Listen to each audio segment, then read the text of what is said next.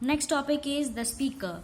So the members of the Vidhan Sabha elect a speaker and a deputy speaker who look after the proceeding of the assembly and also ensure that the discipline in the house is maintained. So the members of the Vidhan Sabha, they elect the speaker and the deputy speaker.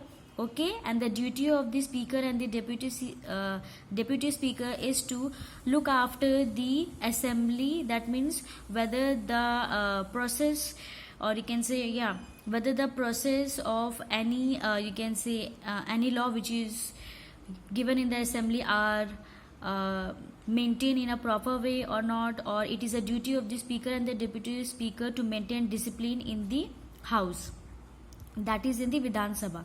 The proceeding of the Vidhan Parishad are conducted by the chairman who is elected by the member. So just like the Vidhan Sabha, Vidhan Parishad is also headed by the chairman and who is elected by the members among the Vidhan Parishad.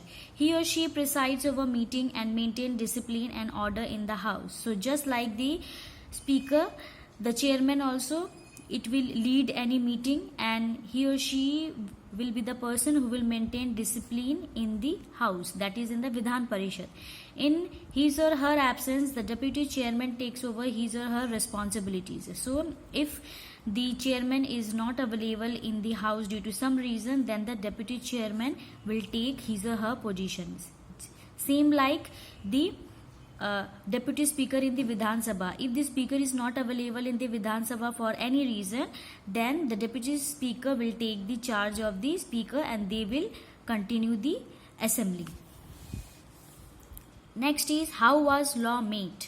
The process of making laws is long and complicated. A law is presented before a state legislature in the form of bill. So how the laws are made? So it is a very long process and it is very complicated.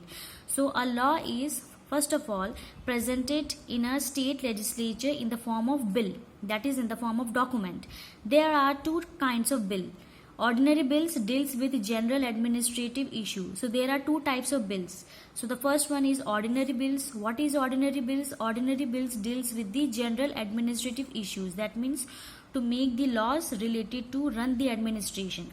Next is money bill. Money bill deals with some form of expenditure, imposition of new taxes or abolition of existing taxes. So the money bill deals with the in the form of, you can say, expenditure which is going to take place in that particular state, or to implement new taxes or to change the existing taxes in a state. Ordinary bills can be introduced in the legislative assembly or legislative council. So the ordinary bill can be introduced in both the house, that is in the Vidhan Sabha and in the Vidhan Parishad. A bill is introduced in the form of draft in the legislature. So a bill is introduced in the form of rough document in the legislature. The minister asks for permission from the speaker or chairman of the house to introduce the bill. So the minister who is implementing the or who is making the law, he or she will take permission from the speaker in the case of Vidhan Sabha and chairman in the case of Vidhan Parishad before introducing the bill in the house. This is called the first reading of the bill. At this stage, generally only the title of the bill is read out. So this is the first reading of the bill. Only the title of the bill is reading out by the different ministers. The second reading, that is in the second reading, a general discussion take place on the bill. So in the second reading, detailed description about or discussion of the bill is done. The house can send the bill to select committee of the house or a joint committee of both the houses for further discussion. So the house, that is both the Vidhan Sabha and Vidhan Parishad, they can singly they can discuss about the bill, okay, either in Vidhan Sabha or in Vidhan Parishad, or they can make a joint committee of both the houses to discuss more about the bill.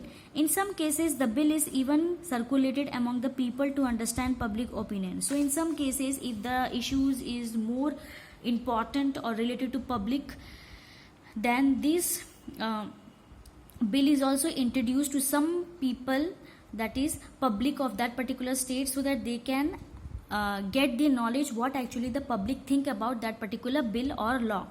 After the bill comes back to the house, it is discussed in great detail, clause by clause. So after the second reading, the bill comes back to the house, that is both in the Lok Sabha and the Rajya Sabha, and they discuss each title or each line, okay, in detail they discuss. The third reading happens only if the bill has passed through the first two stages. So the third reading occurs when both the first and second reading is completed, then only the third reading will take place.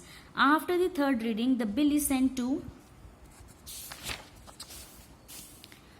the other house if the house is bicameral. So if one house is, that is, if in the Vidhan Sabha all the ministers or maximum number of ministers they are ready to accept this law, then this bill is sent to the other house, that is in the Vidhan Parishad. If that particular state have bicameral, that means if in that particular state there is both Vidhan Sabha and the Vidhan Parishad. In other house, again the same process is followed, and if passed, the bill is sent to the governor for approval. So similarly, just like in the Vidhan Sabha, they will send the bill to the Vidhan Parishad, and same process will be followed, that is first, second and third reading. And if the bill is passed, that particular bill will send to the governor of that particular state for approval. The bill becomes a law after the governor signs the bill. So if the governor of that particular state sign the bill or give permission, then only that particular bill will become law.